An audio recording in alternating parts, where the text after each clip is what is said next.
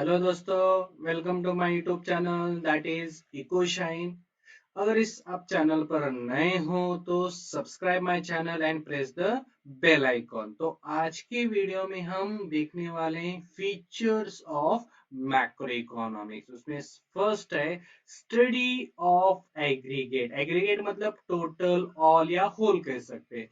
Macro economic deals with the study of economy as a whole, मतलब पूरी economy की study macro economics में की जाती है। It is concerned with the aggregate concept just like national income, national output, aggregate demand, aggregate supply, total saving, total employment, consumption, general price level, trade या business cycle कहेंगे, inflation, deflation, ये सभी जो aggregate units हैं या इसे हम macro economic variables कहते हैं, इन सभी की स्टडी किसमें की जाती है? मैक्रो इकोनॉमिक्स में की जाती है। उसके बाद है इनकम थ्योरी या theory of income and employment. Macroeconomics studies the concept of national income. Study the concept of national income. It different elements, methods and measurement and social account. तो हमने नेशनल इनकम में chapter आपको पता है, उसमें methods दिए हैं। तो अलग अलग मेथड से हम नेशनल इनकम कैलकुलेट कर सकते हैं। Again it is a part of macroeconomics. Macroeconomic deals with the aggregate demand, aggregate supply. इन ये सभी मैक्रो इकोनॉमिक वेरिएबल्स कहाँ स्टडी किए जाएंगे? मैक्रो इकोनॉमिक्स में स्टडी किए जाते हैं। National income that lead to business cycle, that is inflation and deflation. Then third है जनरल इक्विबिलियम एनालिसिस। तो macroeconomic deals with the behaviour of large aggregate and their functional relationship. General मतलब जितने भी macro economic variables है उसमें कुछ ना कुछ रिलेशनशिप है, that is called functional relationship. और फंक्शनल रिलेशनशिप की वजह से अगर एक मैक्रो इकोनॉमिक वेरिएबल में चेंज आ रहा है तो उसकी वजह से दूसरे मैक्रो इकोनॉमिक वेरिएबल में भी चेंजेस आएंगे। So general equilibrium deals with the behaviour of demand, supply and prices in the whole economy. तो पार्शियल इक्विबिलियम और जनरल इक्विबिलियम में क्या दिया है? Partial equilibrium is the balancing between two factors only, just like price and demand.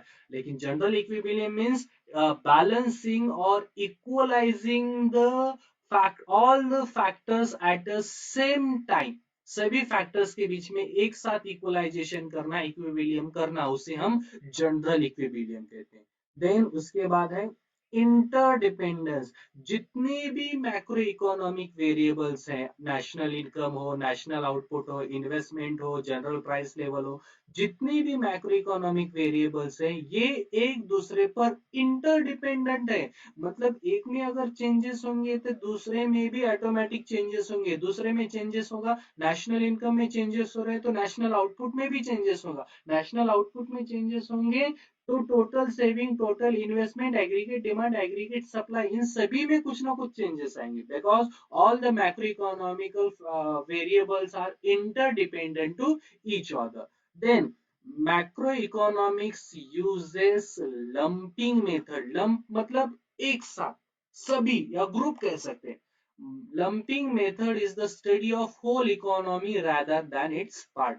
तो macroeconomics क्या करता है? सभी का एक साथ सबका ग्रुप बनाया जाएगा, एक ग्रुप बनाकर जिसकी स्टडी की जाती है उसे हम लंपिंग मेथड कहते हैं। जैसे कि फर्क दिया गया है कि नेशनल स्लाइसिंग मेथड में हर एक का इनकम अलग से स्टडी किया जाएगा, लेकिन लंपिंग मेथड में क्या होता है? सभी का इनकम एक साथ स्टडी किया जाएगा, जिसे हम नेशनल इनकम कह सकते हैं। उसके बाद है six feature of macro economics, that is growth model. Macroeconomics study the various factors that contribute to economic growth and development. It is useful in developing growth models. तो मैक्रो इकोनॉमिक्स की मदद से क्या किया जाता है? जितने भी मैक्रो इकोनॉमिक वेरिएबल्स हो, एग्रीगेट डिमांड हो, एग्रीगेट सप्लाई हो, इंडस्ट्रीज हो, ऑल द इंडस्ट्रीज हो, इन सभी की मदद से एक ग्रोथ मॉडल तैयार किए जाते हैं। ग्रोथ मॉडल मतलब क्या होता है? एक प्लान जिसकी वजह से हम जो देश की इकोनॉमिक ग्रोथ एंड डेवलपमेंट है उसको अच्छी तरह से प्लान कर सकते हैं। तो ग्रोथ मॉडल बनाने में भी किसकी मदद ली जाती है? मैक्रो इकोनॉमिक्स की मदद ली जाती है। जनरल प्राइस लेवल जैसे आपके सामने एक एग्जांपल है।